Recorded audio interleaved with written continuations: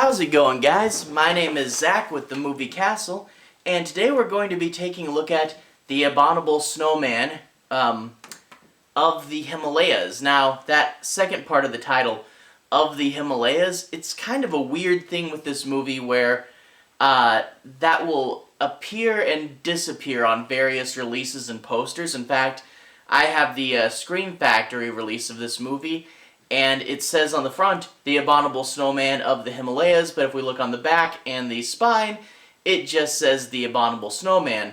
Now, if you flip to the credit thing on the back, the little line, where it talks about the directors and actors and stuff, it simply reads, the Abominable Snowman. So that's the official title of this movie, but every now and then you'll see it with the longer title of the Himalayas.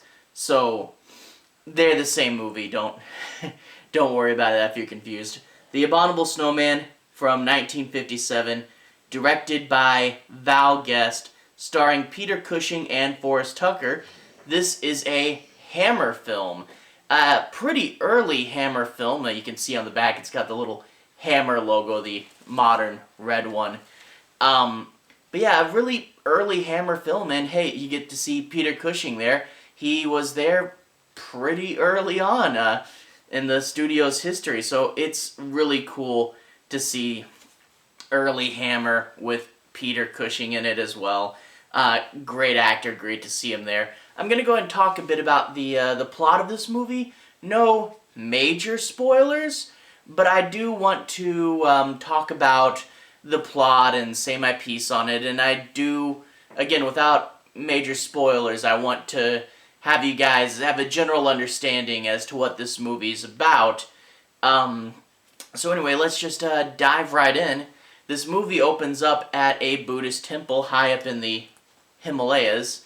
The Buddhist monks are there going about their business, and you have Peter Cushing, his wife, and his colleague, and the three of them are guests at the temple, and they're doing research on various plants that aren't native to England, and you can pretty much only find them here, with various medical and, beneficial properties. And they're there doing some research, and the other two know that another American team, or, well, I guess British team, is passing through, and this team's going higher up the mountain, and they're gonna greet them and say hi to them. But what's eventually revealed is that Peter Cushing kind of wants to go with this team. You see, there's this monk there, and the monk has ways of kind of seeing into the future, and you can't really fool this guy. And I do want to say, there is an element of mysticism with these monks, but this is 1957, I have to give Hammer big props for, including another culture in the movie and not doing it as a lot of 1950s movies would portray another culture. It's very respectful, and I gotta give him props for that. But you can't fool the monk, and he pretty quickly tells the rest of the group of Peter Cushing's plan, and Peter Cushing is trying to get in with this other group and go up the mountain to look for the Yeti, which of course his wife really doesn't want him to do, and the monk's trying to dissuade them from doing. So he, of course, doesn't listen, and he leaves his wife and his colleague at the temple, worried about them terribly. And he goes up the mountain with this other group to try to track down the Yeti. Now, I do really like their plan and their explanation for it. This is a small group. The guy who's running the expedition had a plan where he's like, I think large groups scare off the Yetis, so you have to go in small. And normally the Yetis live way too high up on the mountains, you don't want to go up there, and they only come down in the winter. But the winter is very cold and hard to cross, and you need a bunch of men to haul all these supplies, and a bunch of men scare off the Yetis.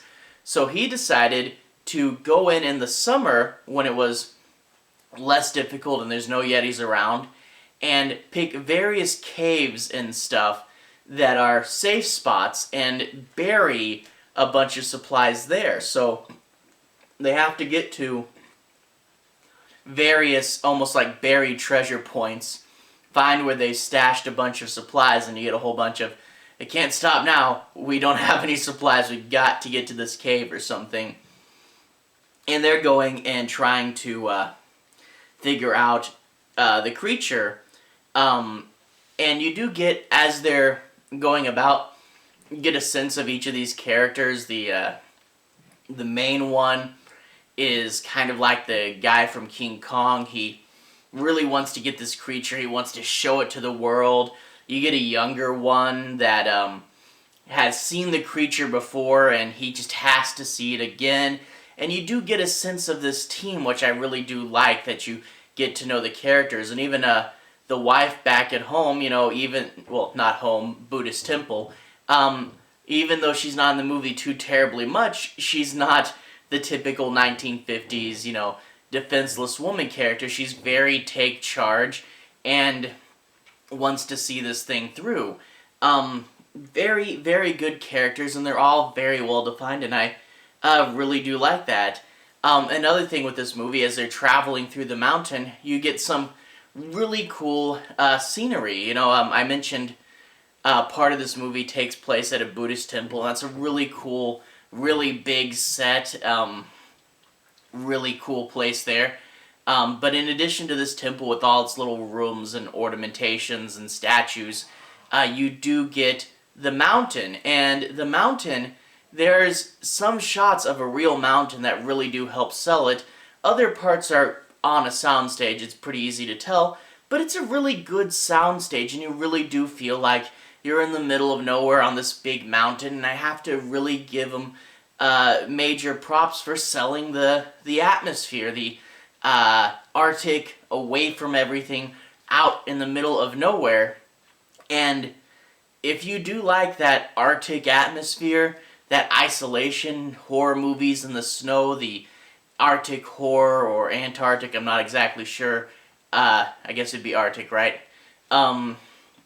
Really, really good. Think movies like The Thing, very, very cool set. But one thing that did surprise me is this is much more of a psychological horror than a creature feature. You do get some creature feature elements. I mean, if you think of movies like a Creature from the Black Lagoon, where the creature is smarter than you think, and you're going into its home, and you're disturbing it, and it's just trying to defend itself. You do get the creature feature elements, but it's more the isolation and the fears that prey upon your mind, and the Yetis have special things revealed about them, but it becomes much more psychological horror, and the Yetis go in a different way. Now, there are real Yetis. I'm not just going to say it's all in their mind. I was kind of worried about that watching the movie, but I didn't think it would be this much of a psychological horror dealing with the isolation. I thought it'd be much more, big monsters, and you do see the Yetis just a little bit. I mean, you have to get it a while in before you just see a hand, and then it's primarily kept off screen.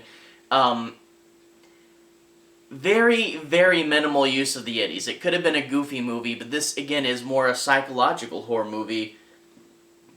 Pretty cool, and I can't really talk too much more about that element without spoiling it, but just know that is there, that it's different than you might think, and I have to really hand it to them. Getting psychological horror pretty early on, it's really cool. In fact, I heard a bit ago that they're making a remake of this movie. Hammer, for those of you who don't know, they came back and did a bunch of modern movies. Put Santa down for a second. Woman in Black is their biggest one. They also did Let Me In, Quiet Ones, Resident, Wakewood. Just recently, The Lodge. Scouring through IMDb and looking at what else the producers are making, I did see a another listing for the Abominable Snowman. And I really think, you know, especially with Hammer's last one, The Lodge, trying to do kind of an art house feel, I do think with this psychological frozen in the snow element, you really could do a pretty cool modern remake for this movie. Just stranded in the ice, not knowing what's going to happen, your fears start to prey in your mind. This is a good candidate for a remake. You know, it's good as is, but the way that we've sort of reinvented these movies as of late, and they're getting a really good fire going, I can see the remake of The Abominable Snowman going very, very well. And it's one of these movies I'm excited for, even though I don't know if it even has a release date. I don't know if the pandemic just totally messed up their production, but I'm waiting for it, and it sounds like they're gonna do it. But anyway, definitely recommend this movie. Again, more for the psychological horror fans than the creature feature fans, but this is a really fun, crisp, clean, black and white, going into the snow, going on an adventure into the void. It's pretty fun, and I do really like that. Anyway, I've covered a bunch of Hammer movies on this channel before. I'll put a playlist at the end of the video. To everyone who's watched so far, seriously, thank you guys for watching. To everyone who's liked and subscribed, thank you. You're really helping the channel out.